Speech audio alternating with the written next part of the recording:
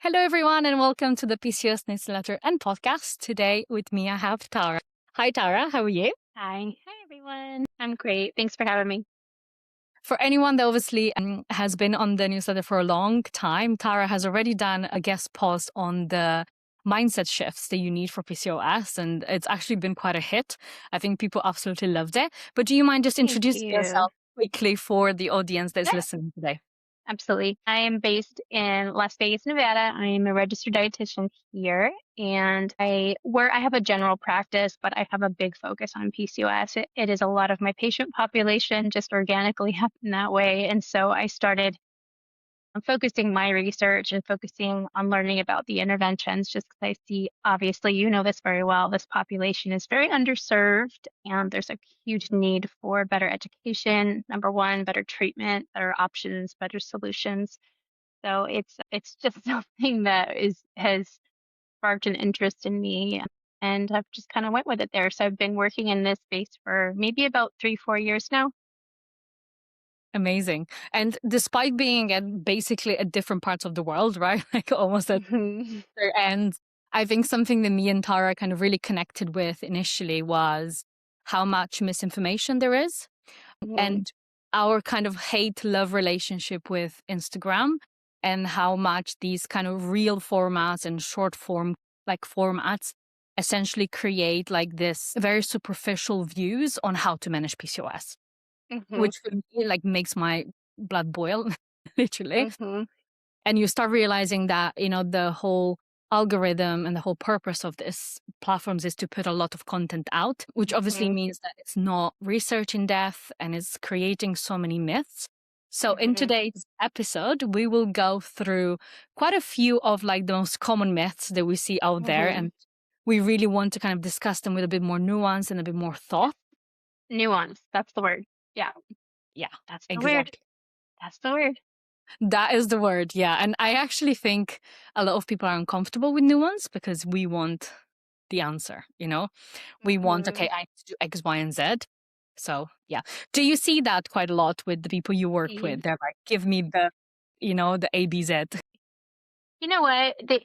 I think people they don't even see through that lens because obviously it's not what they do. But once you explain things to them and you personalize things down to them, I think there's some relief that actually happens of like, okay, somebody took this thing I heard and they applied it specifically to me and told me whether this was relevant for me or not. Because there will be things that are very relevant to people, and there will be things that are completely not even in the picture. And so that's why it's helpful to work with somebody who can look at your labs and look at your lifestyle and look at your nutrition intake and look at your symptoms and be like, hey, you don't even have to worry about this. Or, hey, this is the primary thing that you should be focused on right now.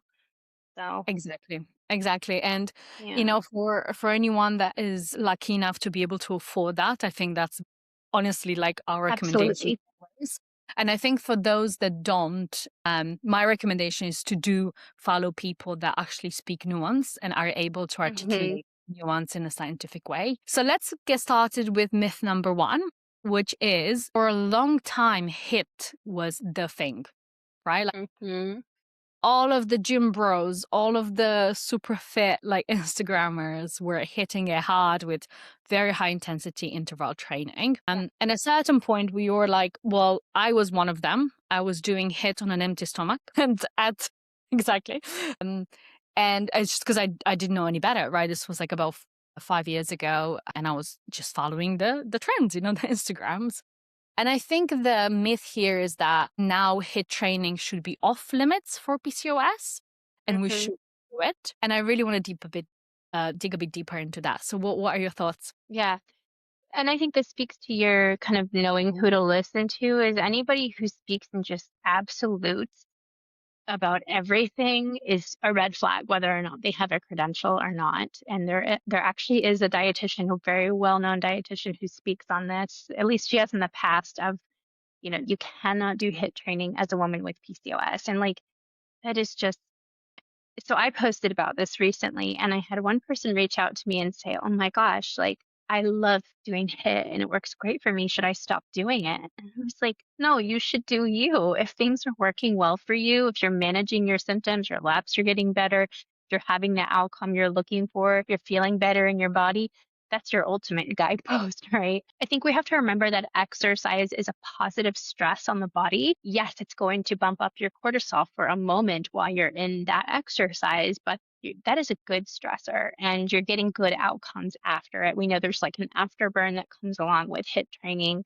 It's obviously a strength type of exercise and a cardiovascular. And we do have some evidence that it can be really beneficial, specifically. So these are studies specifically on PCOS, is that it can support primarily that insulin resistance.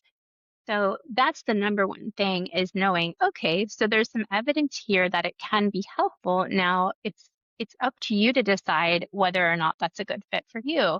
Now I think about somebody who is chronically underslept, like they're sleeping 5, 6 hours a night chronically. That's their lifestyle. They're under eating, they're skipping meals, they're going through an extremely stressful time in their life, whatever that may be. They have all of these stressors, their body's not restored, they're not giving themselves that downtime from that HIIT training. And yeah, that's probably going to be a detriment. It's probably going to feel really bad in your body. So it's just knowing yourself, knowing where you are. And HIIT is also not meant to be used to it's short spurts. It's 10 to 30 minutes. It's a short, hit it hard. So you should have a recovery time after that. And you should be doing other things too. You're not just doing HIIT and you're doing nothing else, right? You should be also doing some of the lower impact things. So that's kind of the advice I give people is if it's something that you really, because like I hate doing HIIT. Like I won't do it because I just hate it. It's torture. There's some people that really like it and really like the challenge. And I would hate for them to not explore that and to not integrate that into their lifestyle. If it feels good, if it's helping them based on what someone said on the internet, like that's bananas. But if you fall into that other category where you hate doing it and you're not going to show up for it consistently, that's another thing too. It's like, what are you actually going to do with some consistency? Because that's what matters, not doing HIIT once a month. And you're chronically underrested, underfed, underfueled, stressed out. Like, yeah, maybe that's probably not the time to add like a stressful form of activity. So that's my like package response to that to most people when they ask me. I love that. Yeah. And I think this is where finding a type of exercise that you truly fall in love with is so much more beneficial than going after a prescriptive exercise plan that you absolutely hate. You're never Yeah. going to get to the gym. You're never going to stick to it because you absolutely hate it.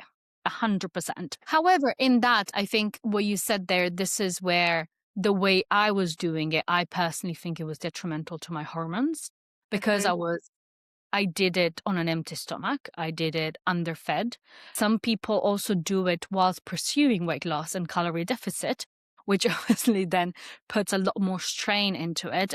The thing that worries me the most with HIIT and with this in this type of circumstance where people are underfed, underslept, etc., is the loss of muscle, which we know how important muscle is for insulin resistance and energy storage.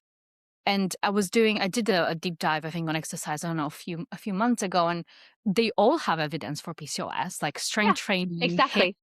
cardio, and so Yoga. then yoga, exactly, Pilates, all of Yeah. those.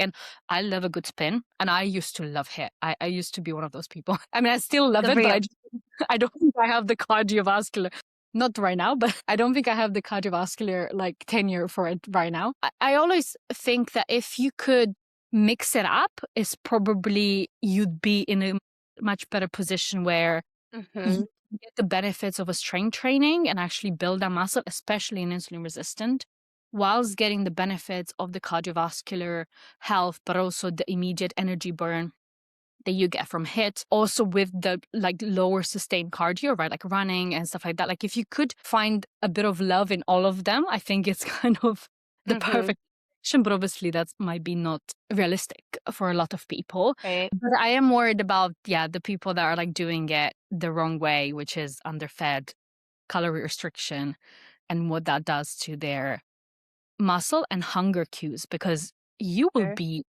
literally scavenging the refrigerator That was me at Mhm. 3 p.m. because you've literally done this super intense workout, not ate enough protein and carbohydrates, because then you cut Mhm. carbs, because you want to lose weight.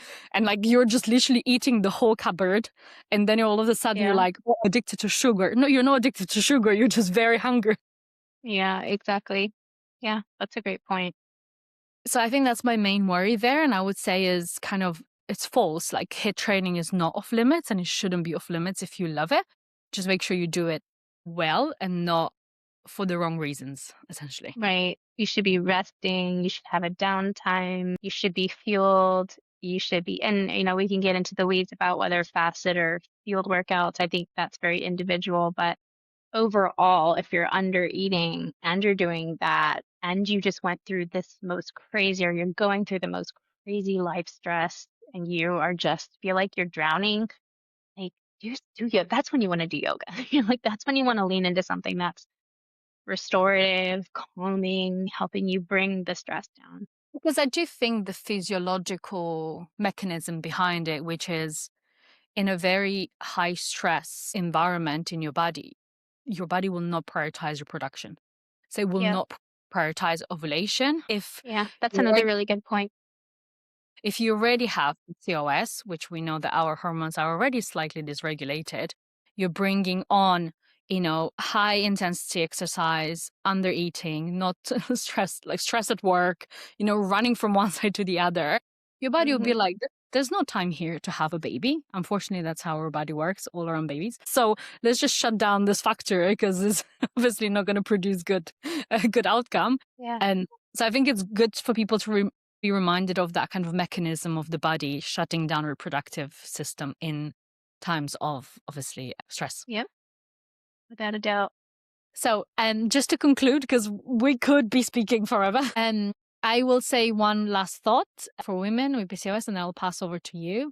But I think my one is please do not take Instagram and all or nothing kind of black and white statements as the truth Hmm. about anything, but specifically about your health. Please do understand the nuance. And there is a lot of resources like Tara's, Substack and Georgia. And there's a lot, like we share a lot between ourselves here on Substack, and every have made it their mission to go into this nuance and understand it, because it is out there. And little by little, we will be getting much better at this. It's just taking that extra step to understand your body and who you truly are in your PCOS and in your cycle, and Hmm. then give yourself that love to understand it rather than taking advice from someone on the internet that says you must lose this amount of weight too, or Yes. you must cut gluten out, or you must cut dairy out to be able to be healthy. So that's my closing thought. What's your closing thought, Sarah? Mine is, we can get really in the weeds and very myopic about certain topics and foods and strategies and things from the internet. And I just want to remind everybody that really where the change happens is in the absolute basics. That is where most of the change is going to lie. And that is eating more whole foods, eating less junk food and processed food, knowing how to fuel your body so you feel full and satiated, getting proper rest. It's just such a huge thing for PCOS. I know it's like, it sounds like a soundbite, but the evidence about sleep, connection to insulin resistance, and metabolic health is profound. The Why We Sleep book is really great to understand that, by Matthew Walker. Stress is huge. So, having a daily practice that you can show up for and commit to, having some type of movement that gets you going, that you enjoy, that you'll show up for, I promise you that like the majority of the change you're going to see is from those core things. And so I see people starting with like these little tiny microscopic changes when like they still haven't worked on the pillars of health, like the macro things that really support our hormone health, our metabolic health, cardiovascular health, all the things that we're concerned about with PCOS. So that's why I tell my clients is like when you find yourself getting real in the weeds with something real specific, you got to zoom out and be like, wait a second, like, is this really important right now? Or should I be focusing more on just having colorful vegetables once a day or whatever it is that goal is for that particular person? So don't major in the minors. That's the way to sum all that up. I absolutely love that, and I completely agree. Thank you, Tara. Yes, pleasure. Thanks. Bye. Bye.